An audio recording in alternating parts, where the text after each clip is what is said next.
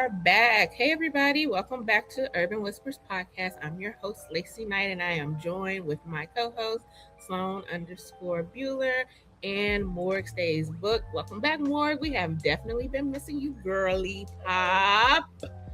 And as y'all know, this podcast is always evolving as the needs change in the group. But the crux of it is we celebrate Black women authors, primarily in the genre of romance, but my tastes are varying. I'm stepping out into some sci-fi, some thriller, some horror. Sloan and Morgan are teaching me every day. So now I'm just like, I'm gonna uplift Black women authors, period, point blank.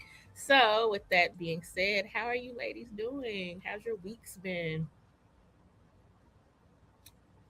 Let's start with Sloan. Morgan been gone for the longest. So it's been great. Morgan we got things to catch up on.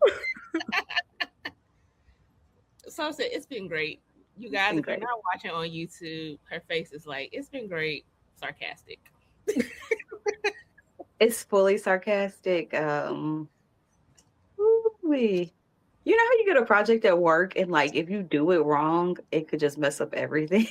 Mm-hmm. For some reason all weekend I've been convinced that I did something wrong, and it's like, no, it's fine. We'll see. There's still time to fix it. I'm not stressed. It's just overthinking. What about Morg? You've been traveling the country. You've been all over the United States of America, girl. We did my mother's 50th. Actually, no, I don't think that was the first trip. But my mother did turn 50 at the end of May. Happy 50th, Ma. So now she's going around, like, if today's the 28th of June, she's saying, well, I'm 50 in 28 days. Girl, please. Oh, I love it. Like a baby. Like people be like, baby is 46 months old. So we had her graduation with her master's. Then we had her 50th. Then I did a quick trip in Atlanta to see her for something. I did California for family camping in the desert, no Wi-Fi, but I enjoyed it because a lot of our elders were there, and so just listening to stories and just being able to connect with them outside of all social media type of thing was really cool. And then I came home for about a week and a half, and I fly out this coming week, and then I'm home for a week, and I fly out again for another week. So just bear with me. I'm trying to get back in my scheduling, but I am home all of August except for the last weekend, so that'll be good. I'll get to relax and catch up on a little bit of sleep, and that'll be fine. Yeah, definitely. You've been jet setting. Definitely take some time and unplug from everything. And then in the midst of also starting a new job, like new role rather, and so that was kicking my butt. But it's all wonderful. It's all good things though. It's busy, but it's all good. But I have missed y'all. We got to get back into reading. I did fall into a small reading slump, but I'm picking it back up. I know. Me and the art. Yeah. Oof. Yeah. With that being said, Sloan, what have you read? Because Sloan has read maybe 42 books in the last 2 weeks. It has not been 42. It has been a lot. It has been a lot. Please, it has not been 42. I read this. I was like, hold on. I sure did. You know what? I had read so much, but since it's been such a short time between filming, I actually haven't read that much because I didn't do any audiobooks. What I did read, it was not Black romance, but I did read it. I enjoyed it. I finished like 3 books by one of my favorite authors. And I really liked one of them because it was more of like a thriller. And I was like, oh, I really, really like this one. I could not figure out what was going on. Yeah. And then I'm still in the midst of it. And the reason why, y'all, is because I just didn't like wasting my money. I have books of the series. I haven't loved the series. So, but I got the books when they came out. So now we're doing that to close it out, kind of on that type of note. Which book is this? Oh, and I'm also currently reading, hold on, let me see it. It's a Casey Mills book. The secret, but only for me. That's my audiobook at work. It's a little secret baby football player. Yeah, I know. I know you know because she loves Casey Mills though. So I love Casey Mills down. Casey Mills. That's not your favorite. No, she's not my favorite. No, I'm talking about that book.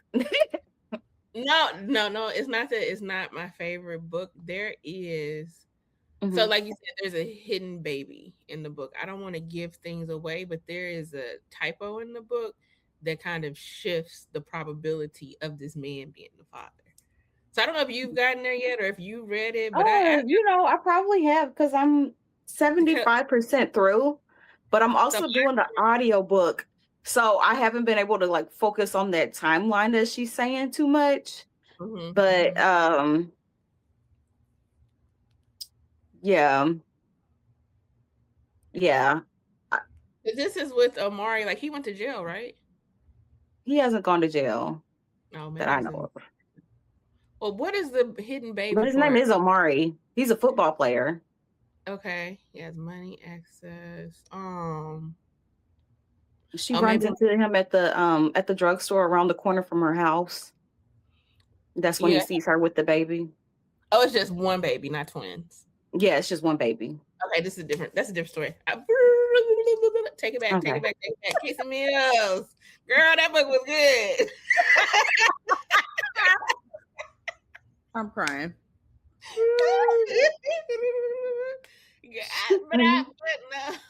Mary. But yeah, I did read that. That came out last year. Okay. Yeah, that came out last year. But I do remember that. I remember that very well because I'm trying to think. Is she is her dad like a gambler? I believe her dad is dead in this because it's just her mom that she talks to because her mom is like, you're ruining the family name by dating this football player. By having that baby out of wedlock. Oh, I reread this and I you know, I gotta go back and read it. So what are you thinking about it so far? Because I gotta go back. So yeah, know one thing I'm liking, so like she works like as like doing like crisis management, I guess you could say, for like for sports players, athletes. And so, you know, she did understand, you know, she didn't want her daughter in the spotlight or whatever, but I was like, girl, there's no way. But I did like, and this is a slight spoiler, but y'all, this happens like 50% of the way through. I'm not telling you the twist at the end because there's still more happening. I'm only 75% through and there's still more potentially to happen. But there's been like a lot of things that have happened. I do like that. I don't really see the progress in their romantic stuff, and that's what I don't like. But the slight spoiler is like when the public does find out about her daughter, like she does like freak out. But I do like that she didn't blame him because it legitimately was not his fault. Yeah. I'm remembering this. It was a fun, quick read. You know, like Casey Mills. You know, I'm always so like, I don't know why I think that every author that writes is short like me. So when they're tall, when I meet them, like Lady Nisha is tall. I was like, girl, I'm looking at you. I don't know what you thinking they're short. Casey Mills is tall. Like, I think because Evelyn Latrice is short too. Like, we're on the same level. And so is Arthur as Masterpiece and Tiana Levine. But I always be like, damn, y'all tall like this. Even Kennedy Ryan is tall. I'm like, and y'all chose to be authors? Y'all could be models. Who is tall? Kennedy Ryan. Yeah. I didn't call her tall. Yeah, she's like 5'11", 5'9". She looks tall. Not 5'11". She's like 5'8", 5'9". But yeah, can I tell y'all that the people are losing their minds because she went on the Today Show and the host of the Today Show, let everybody know that Kennedy Ryan is a pseudonym. That's not her real name. And so everybody's like, oh my God, that's not her real name. And I was like, yeah, I knew that wasn't her real name. I didn't think it was her real name either, though. But she tells you her real name on her website. That's why I was like, what are y'all talking about? Are y'all not using like she said, are available free. The whole story that she told. I feel like that's why I wish I could pull the clip, because I was like, Kenny Ryan is just very well trained, because the woman was like, yeah, you're operating on the pseudonym. She like threw her head up, laughed. She's like, yeah, what about it? So a lot of romance authors do, because folks are still getting fired for that. So in the real world. In the real world. Right. Just like Freedom McFadden is not, she finally came out and said, that's not really her, but she also is like a medical doctor or something. Like she didn't want she in her book, she talked about slicing up people. I don't think she wants her patients to, anyways. Yeah.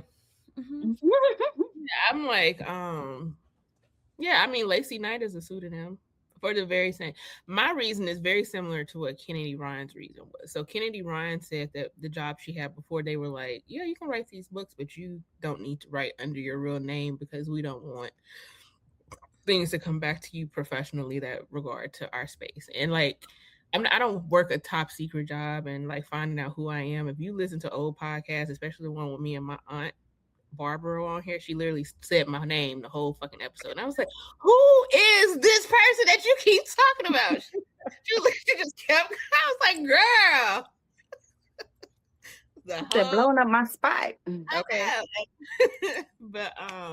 But yeah, so Kennedy, she said that, but I do like why she named herself Kennedy Ryan. She wanted to have a daughter, and she was going to name her daughter Kennedy Ryan. So that's super cute. So she's naming herself after this daughter that she didn't have. But yeah. Okay, sorry to cut you off, Sloan. What else you had going on? Oh, girl, that was it. That was it. So you stopped. So you said Casey Mills. Anything else? The author that I'm reading to catch up on it, I have 3 more books left of that doggone series. I'm not going to finish it out this week, because I will be this week listening to Enigma by C.M. Barnes. I'm doing that one first because it's the shorter of the 2 that I want to read. And then I'm going to do Our Vicious Oaths by Davenport, right? Davenport, yeah. Because they both came out on audio last week, and I'm hoping that they're whisper synced if Audible is telling me about them. I think any Davenport's book is whisper synced. Like you could do the immersive read with it. I think so. I know that it's not the author's control on when it is. It's Amazon/Audible. Because I have the it even tells me that I have the audiobook for this one book, Epiphany by Bailey West. It tells me that I have the audiobook. When I download the ebook, it is not whisper synced. And I said, well, what's the point of you telling me that I own the audio? They lied. Well, listen, Our Vicious Oaths I read this past week because shout out to the Black Lit Book Club and the founder of that, Ty Elder. So she had a virtual book club meeting, and I was just, talking about, I can't recall what I said, but she was like, you should, if you're interested in stuff like that. Oh, I mentioned the book that you want me to read, Sloan, about the Fae. And then I was talking about, what book do I want you to read about the Fae? I mean, not Fae, the werewolf book. The fantasy book. I want you to read several books about werewolves. I'm so sorry. Maybe it's a vampire book. But anyway, I downloaded. I'm gonna look through the list. I'll tell you the exact name. But I brought that book up during the meeting. I also was telling the ladies about Chosen, which is the interracial romance that I had with the werewolf pack, the Native American pack. And so she was like, oh, well, if you want to read that and you like that, you should read Our Vicious Oaths, and it's about Black fairies. And I was like, ah.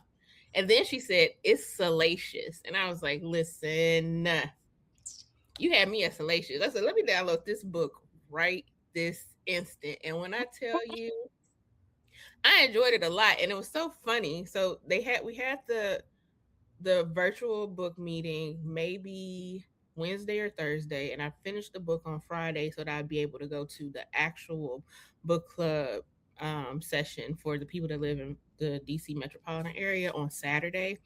And so y'all know I'm like a tough critic, right? I'm a tough rater, according to everybody. So I was sitting there like, oh my God, I love this book. It's so good. I was like, everybody's like, yeah, I'm about to read it.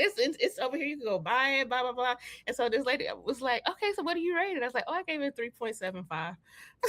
And she was like, wait a minute. You just said. That means that you're really going to like this book if you read it. Because I did post in Chenell's Facebook group. Chenell Parker, I don't know if we mentioned it. She follows us on Instagram.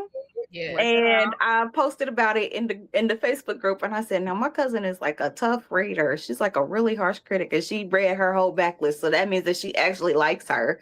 So.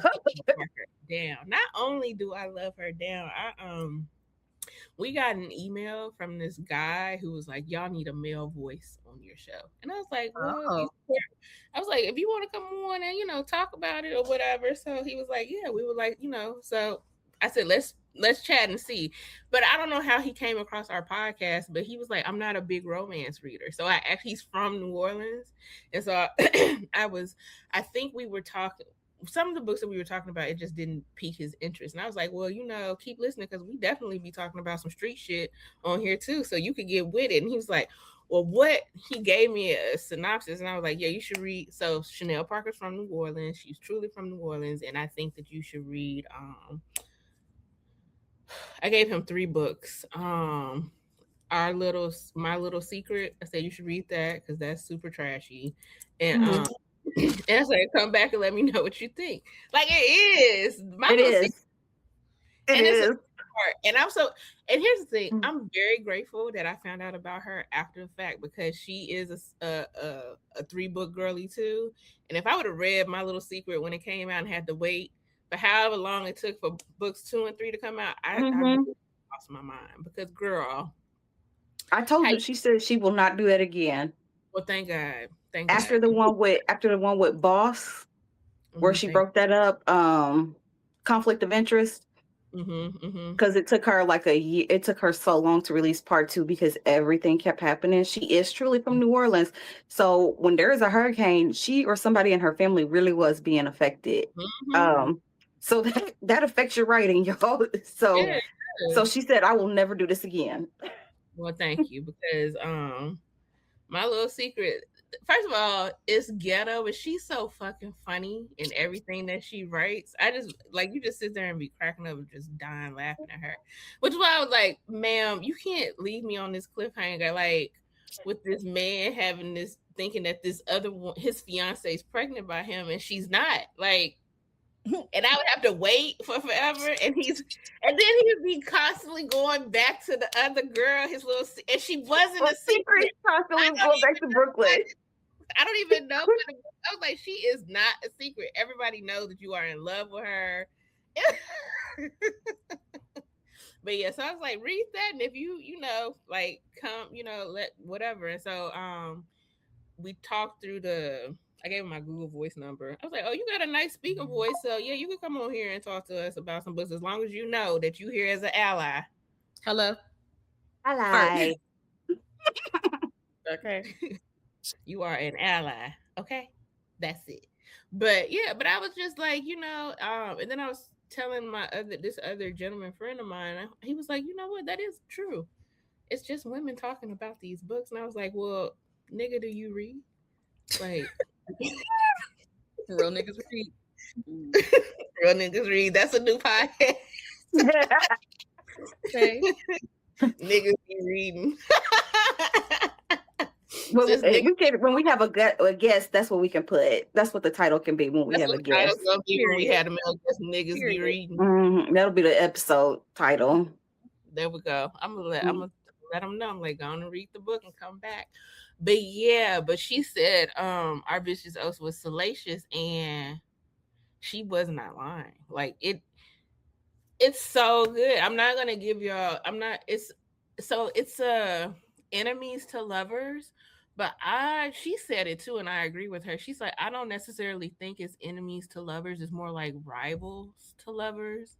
And honestly, their romance, it was instant love too, even though they didn't realize that they were instantly in love, because the goal for one of them was to kill the other one. regardless of what happened, if when they was coming together, they was like, at the end of this, I am going to kill you. And the other person knew that this person was like, I'm going to kill you. Like that was literally it was like this battle of the minds. And but Khadisha is the female protagonist, and then Malika DC or whatever, Malachi is the MMC, and he has grills and he's tall and he's fine, and it's like the battle between light and dark. And there's like the high courts have the celestial beings that they worship have like said that she's like going to have the chosen heir, this child that's just going to be like in charge of everything.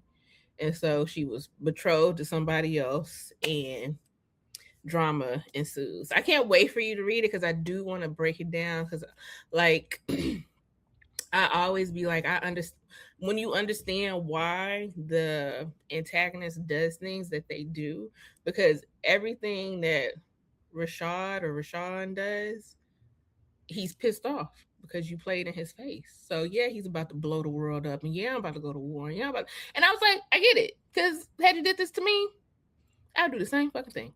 So so yeah, but it's giving Game of Thrones with Red Wedding specifically. It's giving Yes Professor written better, because in Yes Professor all they did was have sex. So Yes Professor written much better than Professor was written, because some people like that bit of erotica. And then if you like the fantasy part, like she's creating a world.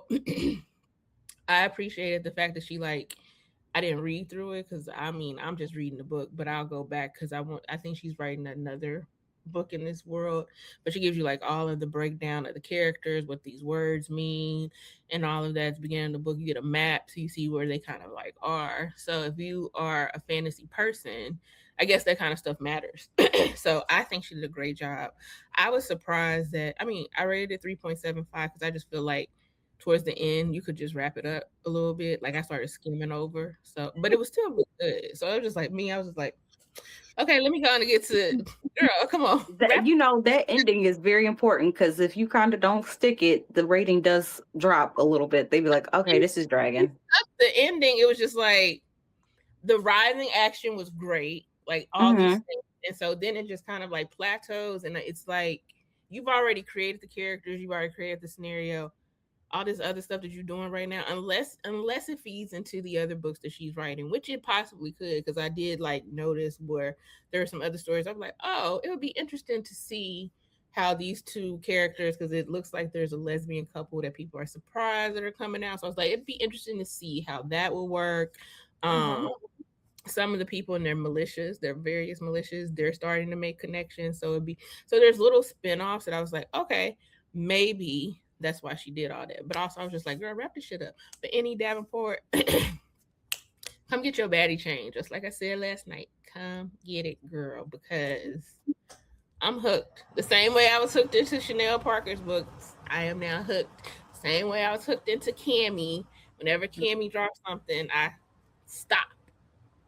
Another person that does it and I stop, even though she be driving me batty, is Nek Mills. She put out a erotica book, and I didn't realize it was erotica until I started reading it. But it's the fourth story, The Desire by a Maniac. It's in the Maniac. Oh no, series. okay. It's the fourth book in the Maniac series. It's only like 96 pages, but it's about the other twin, and he's like, he and his best friend go to, if you are familiar with anything that Nek Mills has written, she has in a couple of her books, she refers to this island. It's like a sex island, if you will. Like it's a sex club. You go there, it's for the wealthy and the elite. You can do anything that you want to do based on your armband that you have on. So it's like, so they go to that club and have a lot of sex.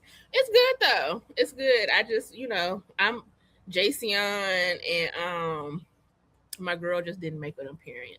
I love when the old people come, but it really was just them having sex. But it also is erotica, and I like that book, but I am slowly realizing that I'll read erotica, but that's not your thing. It's not my thing. So I read erotic romance one time. I read an erotic romance one time, and it was long. It did have like that romance backstory, but at a certain point, I was like, "Oh my god, get off of her!" But So that's what I'm saying. That's what erotica really is. that's really what it is. Yeah, And I think when I read books, if I know what type of book it is, I'll put you there. Like if you are street literature, I don't need you to sit here and give me no lesson on who Marcus Garvey is. Like go on and shoot everybody up and be the drug dealer, be the pimp, do all those things. If you're contemporary romance, I don't need you to act like you were in the mafia because you don't know nothing about them. So it's like when I'm reading these books, like put them in there when I put them in their respective space. So just for me, it's like the erotica part. I'm not their girl. Sorry, folks. But we have our vicious oaths, desire by a maniac, and then the last book I'm reading, it's just straight up fiction. And I literally just started it this morning, and it is Perfect Peace. It's actually not written by a woman, it's by but it is a black person, Daniel Black. Um and he's from Arkansas, which is, shout out to Arkansas. But this book came out a while ago. It came out in 2010, and it's basically a story about a family, the Peace family. They have a child named Perfect. And I haven't really started it, so I'm just reiterating what someone told me the book is about. But Perfect is a child that was born male, apparently, but was raised as a girl.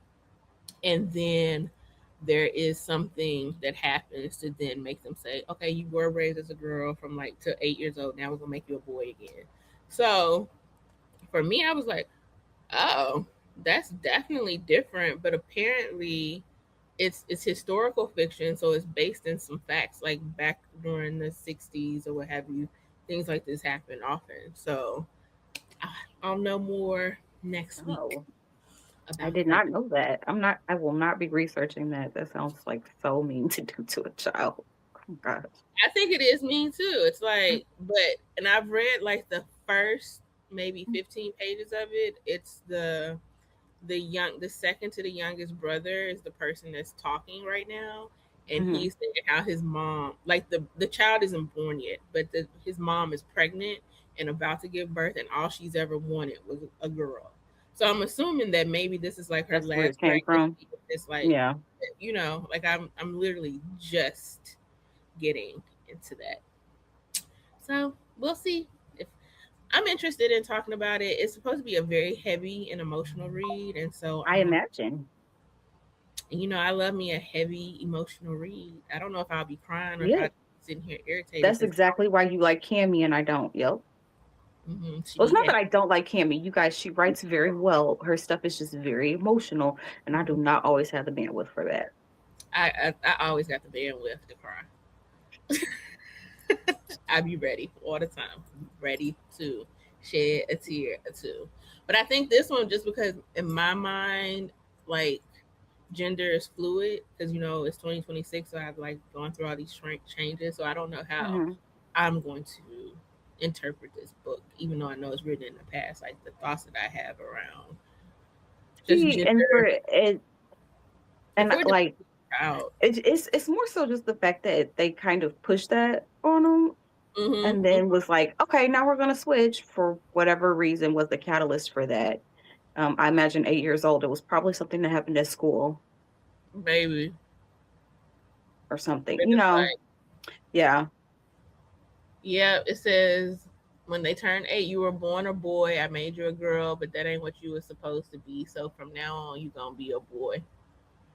It'll be a little strange at first, but you'll get used to it, and this will be over Oh. after a while. That's in the excerpt.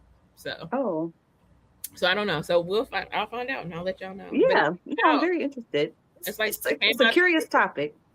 came out 16 years ago. So But like I said, I won't be researching the people in the '60s that you said. They must have did. I will not be. I'm gonna look. I'm gonna look into it. I'll report Look back. into it. I will. All right, Morgan, ma'am, what you been reading? Get out your slump Um, and tell us. I know. I've been reading some young adult lately, just Mhm. to be in the feels. Specifically, recently I read Deja by Nick Stone. It's a young girl. She is fighting cancer or leukemia or something, and she encounters this other girl, and they become fast friends overnight. But come to find out, that was all like a passing of time. So it goes into real life versus with real issues versus almost like a fantasy, because it was a time lapse where she was actually talking to her in a dead state, like she had went into cardiac arrest and they were trying to resuscitate her and bring her back, and the young girl actually passes away, but they were able to save her. And so, but the story is during the time of them both being pretty much going through the same issue at the same time, where they're both going into cardiac arrest or whatever and flatlining. Near death. Pretty much. And it didn't click for me until like the last chapter where the nurses are like, oh my gosh, 2 kids in one night is crazy. Anyways, I was crying, and yeah, it was good. I did read a thriller. It was not a Black author, but it was really good. The main character, she is sought out to be a psychopath or some type of schizophrenic, but she's not. The people around her are plotting, and you see how it plays out where they are actually adding to the whole "am I losing my mind" kind of thing. And so, yeah. Coming up though, I do have plenty of arcs to read. And I can't even think of one that is on tap right now. But I am going to get into Britt W, who's in our book club. Her audiobook just released, so I'm going to listen and read in tandem for her, review her book. And she this her first book? No, I think it's like her third or fourth. Okay. Have you read anything about her before? No, I haven't. But I bought her book at Chocolate City Lit Fest because we all went to go support her table. She was a featured author. And she was at that time, she was like, yeah, the audiobook's coming. I'm like, well, shoot, I'm gonna wait until the audio comes out. But I bought the book, the physical, but now I can, immersive read. But today at book club, I asked her, like, does she have anything else coming? She was like, I have something coming at the end of the summer, yada yada. I'm like, oh girl, I gotta catch up on the catalog. So that's probably what I'll get into next. Yeah. I don't know why I'm in a reading slump, and I don't know, is it because I've been working and my brain is more traveling. Yeah. Traveling, and my brain is being overworked on this new role. Like I'm working a little bit harder, not a little bit, a lot of bit harder than I have in my previous role. And it's challenging, but it's fine. So I'm going to find my balance, and yeah. You sure will. You absolutely will. Is this the one that you got? Is it Open for Business? Is that the one you're about to read? I think so. It just let me see. And I just got it on Audible because I had a credit over there. Apparently, didn't know. Yeah, Open for Business. Okay. Yep. All right. You, Me, and My Toxicity is another book by her. Okay. All right, Britt, go off, sis. I'm gonna read it. I'll add it to my on the podcast too. Yeah. Yeah. Reach out to Leslie. Bring her on. Okay. Top it up with her. Let her know. Okay. We would love that. Sloan got to reach out to the lady that she met at Janine. Yeah. Bring her on. We do have, I'm really excited to talk to the chief librarian of the DC Poe Library. So that's something for you guys to consider too, since people are using and emailing us and commenting in the DMs. If y'all have questions for the chief librarian, the head librarian of all the libraries in the Washington, DC area. So if you're just curious about someone in that space, because she actually is from New York and she was like the head librarian, and not the head, but she has like a 20 plus year career in library services. So she is like really that lady. So I'm excited to bring her in next month as well. I'm glad you brought up the Chocolate City Lit Fest, Morgan, because that like great segue. yeah, great segue.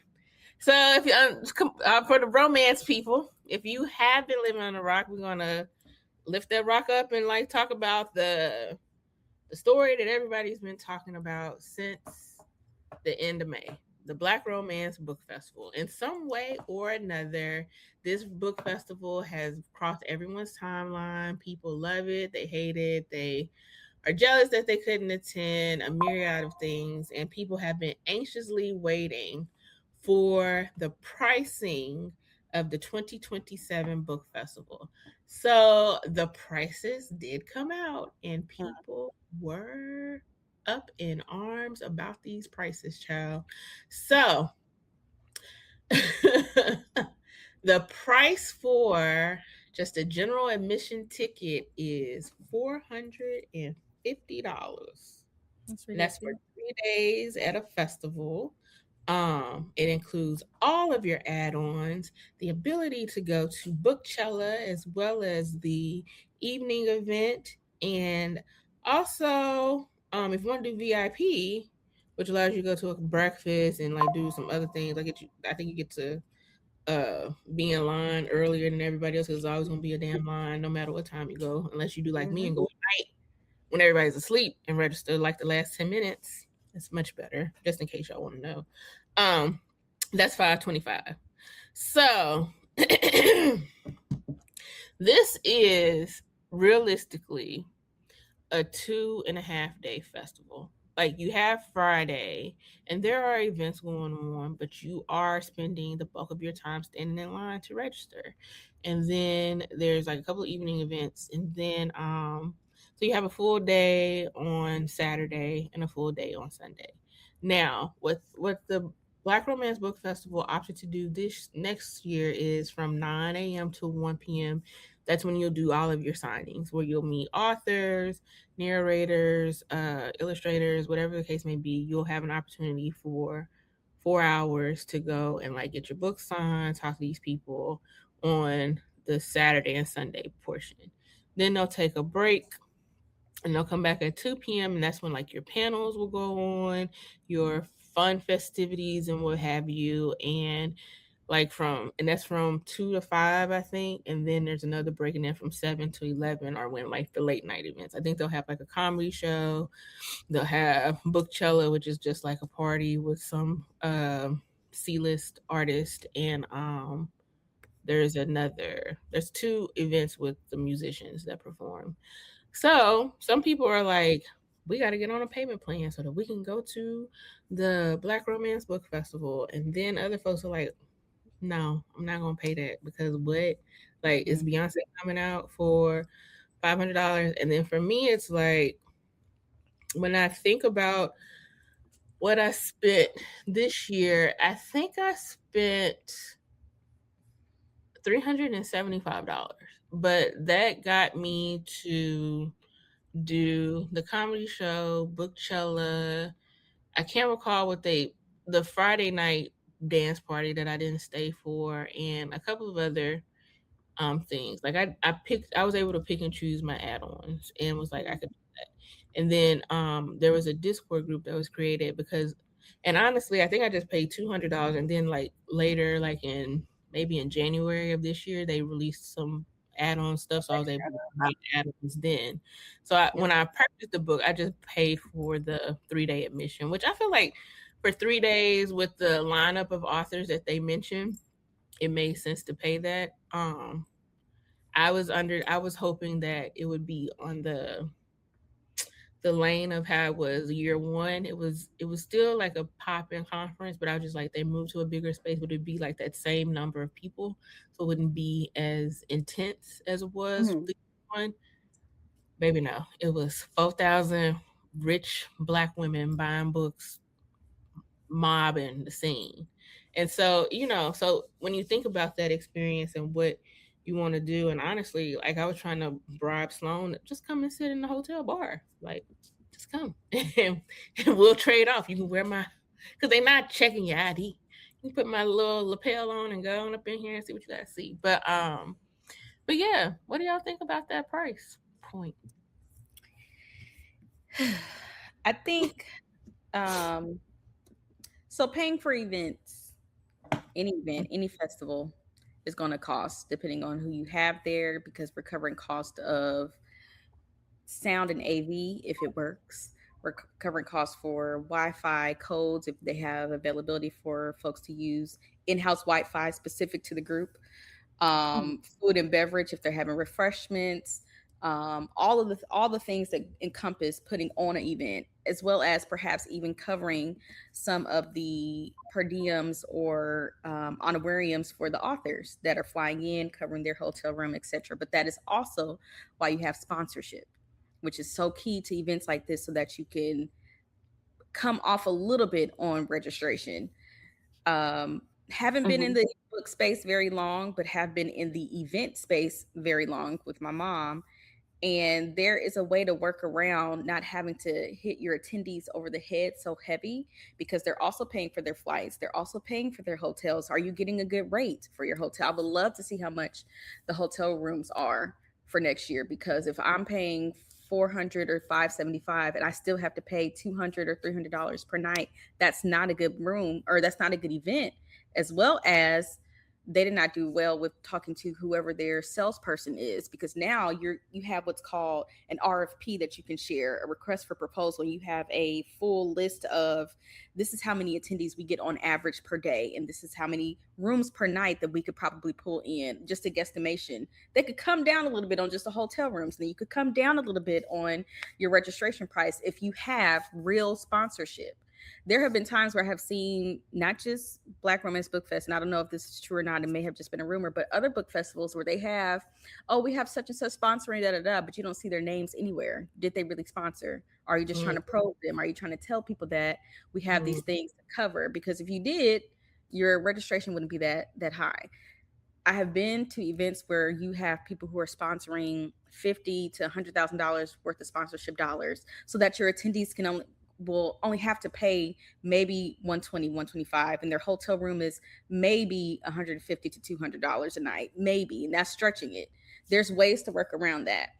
I had put in the book club chat that I probably won't be attending unless somebody is paying for me to go, or if I have a free ticket or something, because I don't. There are more free opportunities to meet these authors via local bookstores, or your higher end retail bookstores, your libraries, or just following them on social media to see where they're going to be. Especially when you think of authors like Jacquel J and a few others that have transitioned to traditional publishing, their publishers are going to push them to go to bookstore events and library events versus festivals more. And I know that to be true because I've been assisting with an upcoming book festival in Atlanta for September. Publishers are trying to get them on a full book tour, or even the Kennedy Ryan event that was put on at a venue hosted by a Black bookstore in DC. It's not, yes, you get to go to the festival, you get to have all these fun, great activities, but it's the dollar making sense.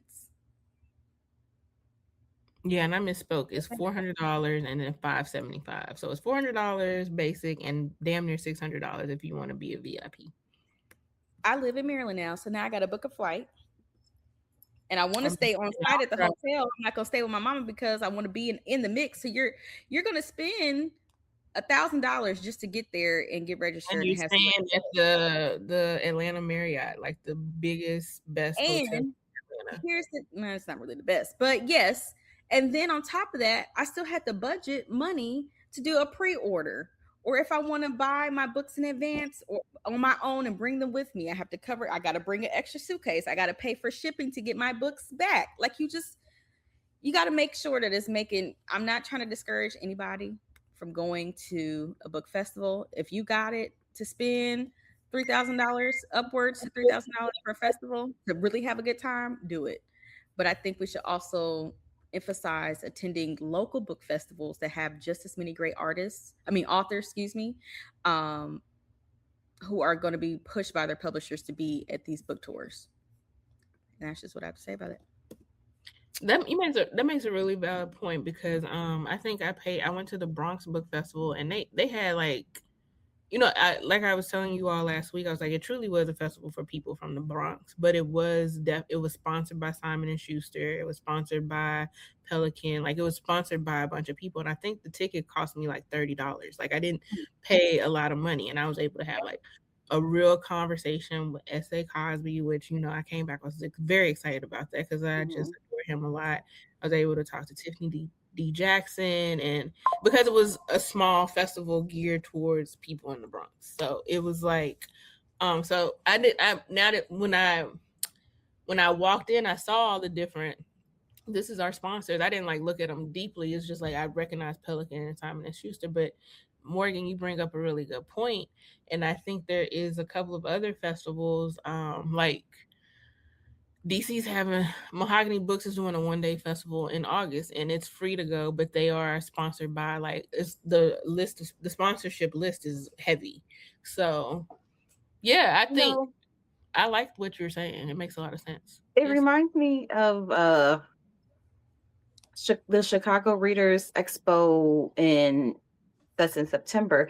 Like what was it, last month or whatever, we looked at the prices. I don't know if we looked at them while we were recording, but the general admission was like, like $30 or whatever, that was just the signing. And then like if you wanted the VIP, that's where it was costing you money because you had to pay for the meal and everything like that. And and I do recall a time when I believe that thing was free, and then she did always have the evening event that you did pay for. But I understand, having to go up with, to charging for that general. You said you're paying for a meal. Like they don't do at Black Romance Book Festival. Like you still are. So there's no food and beverage included in this ticket? No. No refreshments at any. Wow. So no, you get access to attend. So I will say, in the self-care space that I went to this year, you were able to get tea, and they had like the hotel staff had catering in different spots, but you had to pay for it. And they had like a bartender, and it was a cash bar. So, you had to pay for that. Then you also that is so interesting because, those prices are very reminiscent of the house party. And she has not released the full prices, but she has released guesstimates, and it's a lot. So that's why I've been a little quiet, because I'm like, look, I used to be like, oh, nobody's going to pay for that. But people do have money in this space. I think we also need to be, some of these readers do have money in this space, and they actually are spending it like that. But she has like, she's going to have 3 tiers for VIP, and then her general admission. But, I just recall, like, in the past, what, Black Romance Book Fest is putting on is somewhat, I can't recall what I paid, because I pay every other year. So it's really hard for me to keep track of that. But I will say she did have drinks and food. I ate, and it was like alcoholic beverages, like I did eat every time. So I will say, Alexandria House Party, the one that was in Charlotte last year, it was like, it was almost $300 for the whole time. It wasn't like, I was like, oh, I could pay wasn't that much. Okay, because we for that one, I know in 2023 in Atlanta, it was unlimited bar, but I didn't drink that much. But then for Charlotte, it was like a 2-drink ticket max. But I mean, like, if somebody didn't drink, they could just give you their ticket. I think that was more so for the venues rule, because they had the drinks pre-made. So I think that was more so a venue thing than her thing. Next year is going to be in Vegas. So when she said that at the brunch last year, I knew it was going to be more expensive, but I also, I've joined her Patreon recently, and she has a monthly meeting, and she did talk about that last time. My friend who's in it, she gave me the recap because I had to miss. But there's going to be like a lot more for her on what she's offering. So I knew it was going to be more, because I was like, oh, okay, she's trying to do this. So correct. Yeah, I mean, but I've always said at that one, I can see exactly where the money is spent. Right. It's given back to us as the readers. Yeah. And so for me, the money is spent for Black Romance Book Festival to the talent. Like, that's where everything's being spent. I didn't feel, like I said, that second day was really bad. That third day, and I think it was because the authors had an issue with how things were running that second day. That's why they made those pivots, to make things a bit more fluid and what have you. I don't necessarily think that it was about the attendee. That's not how, I mean, I was glad that they made those changes, and I was glad that, authors spoke up about how we were feeling as readers, where we folks were getting trampled on. Apparently, like, somebody who went told me, like, a lady fell down the escalator. I didn't hear about this because, like I said, that second day I went into the meditation space. It was just too crowded for me. So I think that that's the vibe that I get. It's really like you're paying all this money so that you see these different authors that they're bringing in. But like Morgan said, these authors are creating their own book festivals, if you will, and they're doing like book tours. Like, I think I can't recall who it was, but I was like, girl, what are you doing at a Barnes and Noble? It was like some LB Gaines. And I was like, she was like, I'm gonna be at this Barnes and Noble in Salem, North Carolina. And I was like, wow, you're gonna be there. But to your point, she has a traditional deal. So I guess, like, they're like, you need to go here and do this. So like, yeah, I think that what I'm also seeing, though, unfortunately happen is that smaller book festivals, their prices are being raised up. Like the one reunion, like their prices are changing. Like, for example, not all. Some of them, yeah. Like, I'm talking about some that do these 3-day things. Like, yeah. Like, New Orleans has the One Reunion, One Love Festival. This year it's like $200 to go out 3 days. Next year it's $5. So it's like, I'm seeing like this shift, and I think that even though this is a 3-year, next year will be their 3rd year doing this festival. It's so popular in this space that it's crazy. But then even I'm also all the negative backlash is still popular because people still want to go, and it makes me wonder, because now I'm like thinking about like a Polycon, which is like a white book festival for authors to go to. That's here in Crystal City. I think that it's on trend with what Black Romance Book Festival does, and I feel like those tickets were like $50, and it's a 3-day book festival, and they like lock in with 3 different hotels in Crystal City, Virginia. They're all across the street from each other, but that price. So I'm curious. Even though we have the money to spend, and yeah, you get our Black women dollars, and we come up in droves. Chicago just had like this huge festival, this huge book conference. It was a librarian book conference, but authors are there in Chicago now. And again, that's like where you meet publishers if you're interested in doing that, authors, and all these things. That was Thursday, 4 days, Thursday to today, and you pay $125 for that, and you get that. So it's, for me, I somewhat know Polycon, and I'm going to say this because I have not attended, but I did win like a giveaway that a book blogger had of a Polycon bag. There is no way that let me start over. They have got to be heavily sponsored, because that bag was amazing. And that's what I'm saying. That bag was amazing. If you got to, they are heavily sponsored. But that's the point that Morgan's saying, and that's what I'm trying to say. Like, I found out about a Polycon right before the pandemic hit, and supposed to go. It was my birthday weekend. Yeah, you're going to see J.R. Ward, and I was going to go see J.R. Ward, but then the pandemic happened. But and I'm just never interested in any other. I don't know who these other white authors are that are going. Like, if J.R. Ward ever goes again, yeah, I'll go. If my girl that writes the Eve Dallas series, if J.R. Robb, if she pops up, yeah, I'll pay that $25 to go. But yeah, like, and these women, and honestly, I think that J.D. Robb, right? So J.D. Robb is a pseudonym. That's Nora Roberts. Yeah, it's Nora Roberts. Yeah. You're talking about her like she's some random person. I'm like, you mean Nora Roberts? And that's what I don't read Nora Roberts, but I read her J.D. Robb. She has like 50 Lifetime movies. I don't know nothing about Nora, and I don't be watching Lifetime. I don't know her. I don't know Nora. I don't know that white lady, but I know J.D. Robb, and I know Eve. That's how LeAnn Rimes met Brandy Glanville's man. That's how that started. They were shooting that Northern Lights, the Nora Roberts movie. That's fun. And then he left, and then Eddie Cibrian left Raven to get Yeah, well, shout out to, well, if Nora Roberts asks, is being JD Robb and go to a Polycon, I'm going. But if she goes Nora Roberts, I don't give a damn.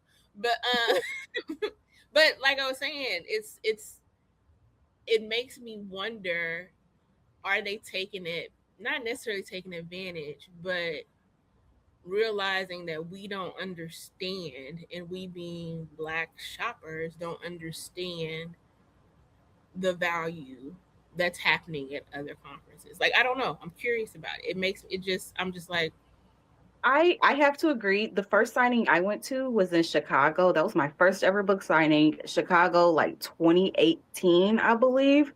I went to see specifically this author that I'm reading now, this white author that I'm reading now, this white romance author. And I know I didn't pay. I forgot how much I paid for that ticket. It wasn't that much. I did do VIP, but my hotel room was like $118 a night, I think. And it was right by the airport. There was a shuttle, so there was no travel. It was the host hotel. Everything was downstairs. Everything was great. They are still doing that. And I do believe that the room rates have only increased to like 125, because like even recently the room rates have not been that high. And their tickets are not that high, and they've added more stuff to it, to their VIP experience. So like I do kind of question also, I'm like, oh.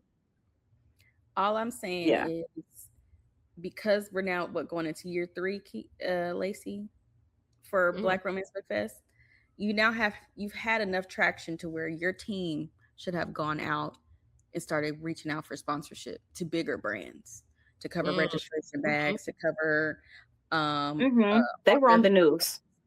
You see them, like, there's no reason why you don't have enough sponsorship to cover everything, so that again your attendees are not afterpaying to be there. Nothing wrong with afterpay. I'm a firm believer. However, I still want to be able to have a good time and not feel like, damn, I gotta scrap up. Just I want to go there comfortable. I saw somebody who did a last minute ticket. She did a post about her last minute ticket experience with Black Romance Book Fest.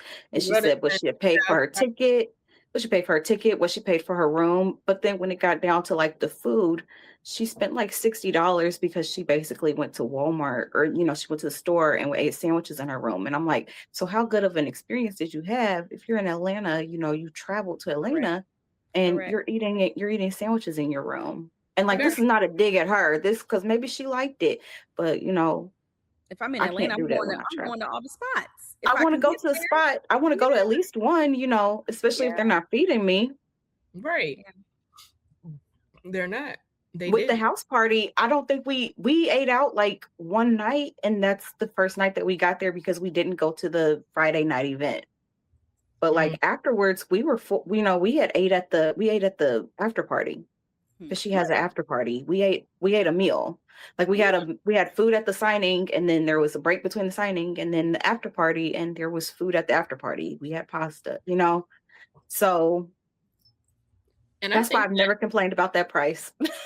And I mean, it makes sense if you're having like after the whatever, what is it called? Her house party.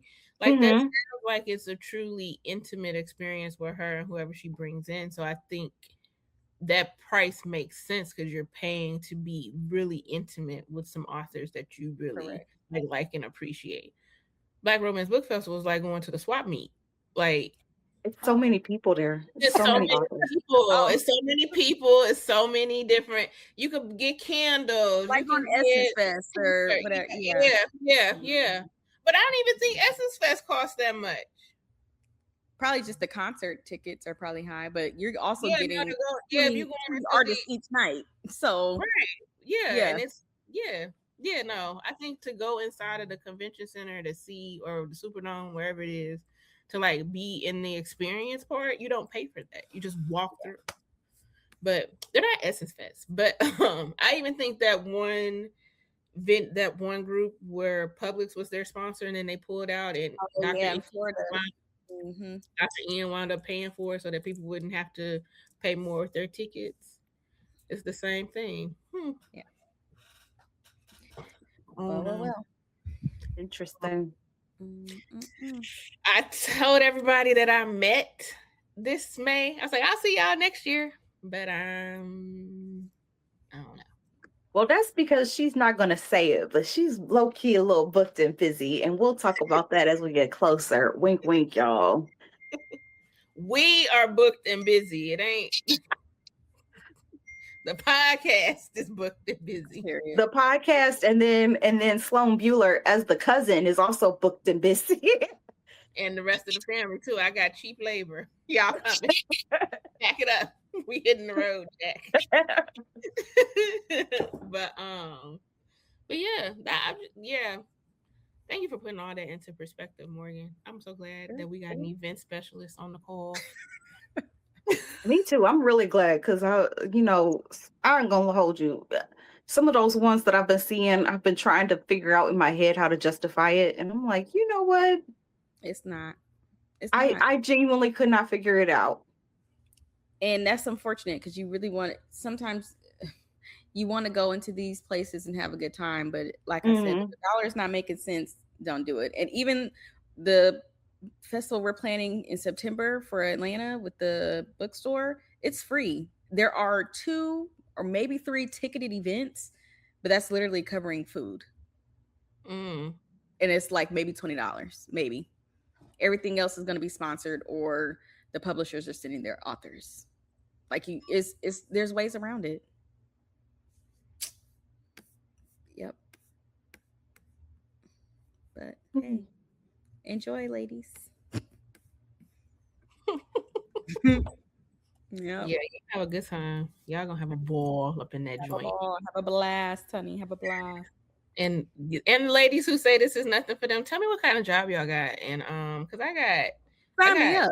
sign me up. I got experience. I got strategic communication experience. I got technical product management experience. I got software developer experience. Like, let me know where y'all working. I've said it before. I keep saying it. Some people are just way more comfortable with large amounts of debt than you would be.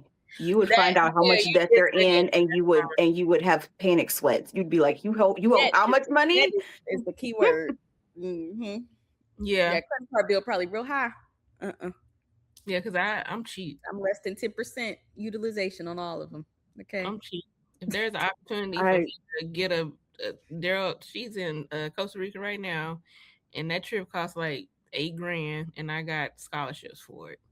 Could I pay it? Yeah, but did I want to? No. Okay. And I was like, because these groups have the money to pay for it. Yeah. So, but still, you wealthy women that's buying the 40 pre-orders and all that, let me know where y'all work at. What's a given? The people who are going to buy tier 1 and tier 2 VIP for the house party, as someone who has said that when she released it, I'll know for sure. I hope I can get the VIP tier 3, but the tier 1 and tier 2 price, please let me know what y'all do. Well, so hopefully she races back and you can just be the vendor. Period. I could. But you wouldn't have to work. You wouldn't be able to enjoy you wouldn't be able to house party. It would be a lot of content creation, but I would be okay with it. So yeah, exactly. But you'd have a ball. Yeah. Oh, I have a good time. I'm going with my book club, so that's why I'm like, I'm going. So. Oh, fab. Okay. Nice. I love that. Yeah. Well, I did have another topic, but we are at an hour. So if y'all want to talk about it, we can. It'll probably be real quick, but if not, we can hold it to next week or whenever we get together. Let's hold it. I feel like we talked. I feel like we really, really talked about a lot, and I really want that. Yeah, and especially with Morgan's perspective on these prices and stuff. Like, that's a lot to kind of. Yeah, I really appreciate that. I really appreciate that because I thought I was tripping, but I was like, well, everything's going up. I promise. I've been sitting and I was inflation is high, but it ain't that damn high. And to be honest, especially with some of these new events, it's high, but it ain't that damn high. with some of these new events, and it's like their first year, and I'm looking at what all they're offering. I'm like, you need to cut back on you need to cut back on half of that and focus on the actual signing. Because that's what the people really coming for. They're coming for their book signing and the photo. Yeah. But me, I'm coming to like chop it up. But fair, but no. I mean, but no, you are coming to get your book signed and your photo, or like. I mean, everybody wants to do a lot. Everybody wants to do. Coming to get your board signed. This is like the smartest thing I've ever seen. And when I tell you, every author was like, "Oh my god, that is so cool!" Even the people that were attending, they were like, "Where'd you get that at?" I was like, FedEx. I made it. So yeah, they're gonna come and get this. Yeah. Up here. They want their signing, they want their picture, they want their experience, and then, you know. And then you go home till next year. They want to put their content on TikTok and Instagram and Threads and all of that. But you can do that with your local people. You sure can. With your local people, and then folks will remember. Visit them local libraries and see what author talks they got coming up. Just saying. You know, there's a used bookstore around here, and I swear I've told you this before, LaCie. They'll let anybody, local authors, put, do like a signing, like for Thanksgiving. They really will. Thanksgiving. Talk to them, son. Do me a Thanksgiving sign. I'll ask them. I'm serious. I'm gonna come there with my book for Thanksgiving. I've asked them before. I've been like, hey, because they'll sometimes like have people in there. I be able to afford Thanksgiving dinner for the family. Get enough people. They'll have people in there, and I'll be like, hey, I was like, do you just let like local authors in there? Like, yeah, you just ask us.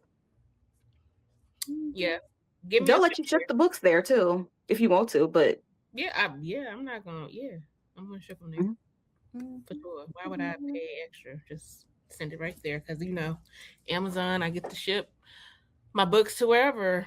You can just ship them. You could ship them to my house. Yeah, but I drive up. Then you'd have to drive them there. If the people won't take them and just have them sit in a room, then let's let them. I would ship them to my house. Fine, they'll come over there. Let's ship them. I'll ship them to your house, girl. I was trying to help you out. It's okay. You and Piper trying to help y'all out. Well, I'm so glad that Morgue Stays Book is back with us. Follow us on all platforms of social media. Morgue Stays Book is really popping. She be putting everything up. She's actually really inspirational. I just be copying what she do and put it on. Put it on my page. So definitely follow her. You saw the ticker. If you didn't see it, it's going to be in the show notes. We do have a referral link for Read Her Book Box. I'm excited. My first book box is coming on Tuesday, I think. So I can't wait to see what's in there. But you get 10% off if you use the code LaCie Night. So definitely, shout out to them. Support your local library, support your local bookstores. I hope everybody enjoyed Black Music Month for the month of July, And happy Pride to those people who did celebrate. So Sloan's reading the Annie Davenport book. We're listening to it. Morgan, maybe you could listen to it too, and we could talk about it next week. No, remember I'm reading Brit's book. Oh, yeah, let me get that. Let me do that right now. While we were recording, you guys, that Annie Davenport, the audiobook is whisper synced. However, the whisper sync price is $23, so I just use my credit. Period. As you should. Just to put that out there. Usually that price comes on down, but I guess it's really popular, so Amazon said they're gonna get it's what they can. It's on the bestseller list. I know. So yeah, shout out, congrats. Anytime a Black woman is on the bestseller list, shout out to you. But yeah, Annie Davenport, definitely learned about her. Never knew she existed. I do want to talk about. Well, we'll talk. I have some other authors that I want to talk about too when we come back. Tanisha, shout out to Tanisha Stewart. Her book.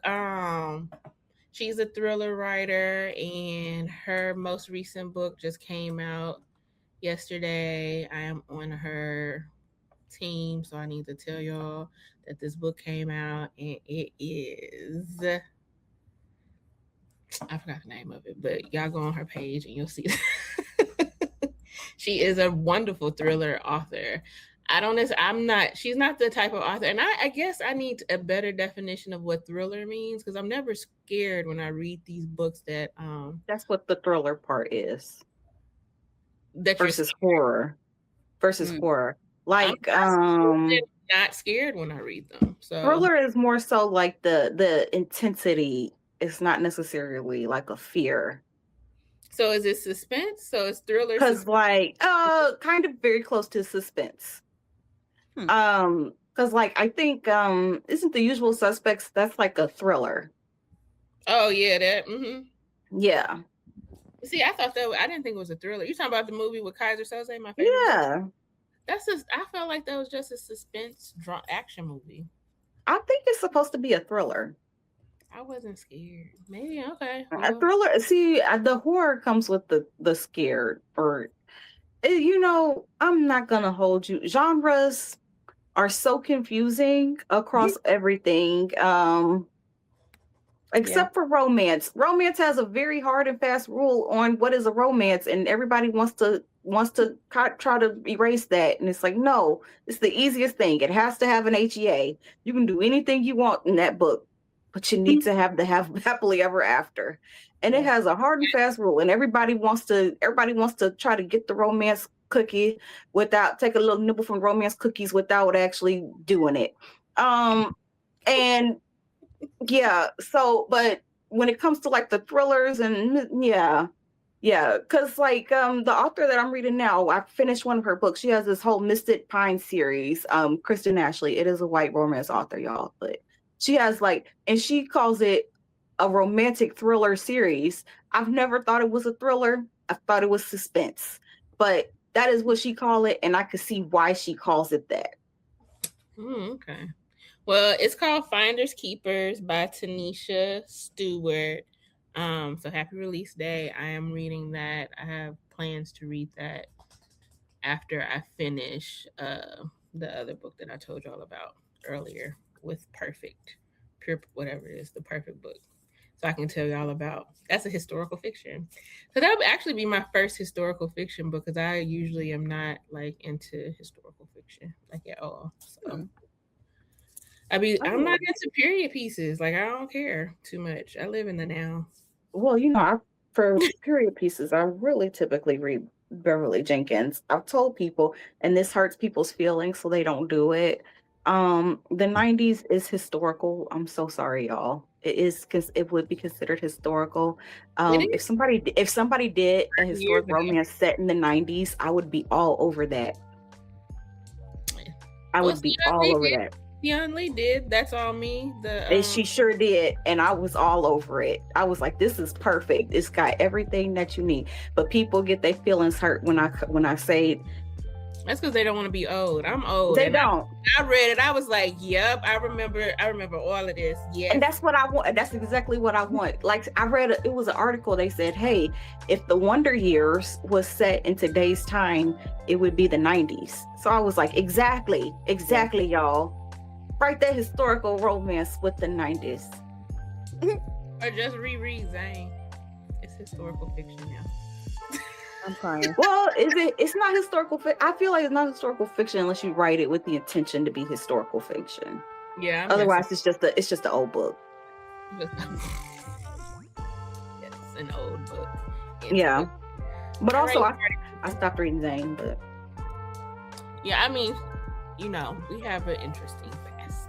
So, we'll leave it there. All right, fabulous folks. Thank y'all for joining us. Thank you, ladies, for the chat. As always, like I said before, follow us everywhere. Write us at the email urbanwhisperspodcast@gmail.com, like this one person did.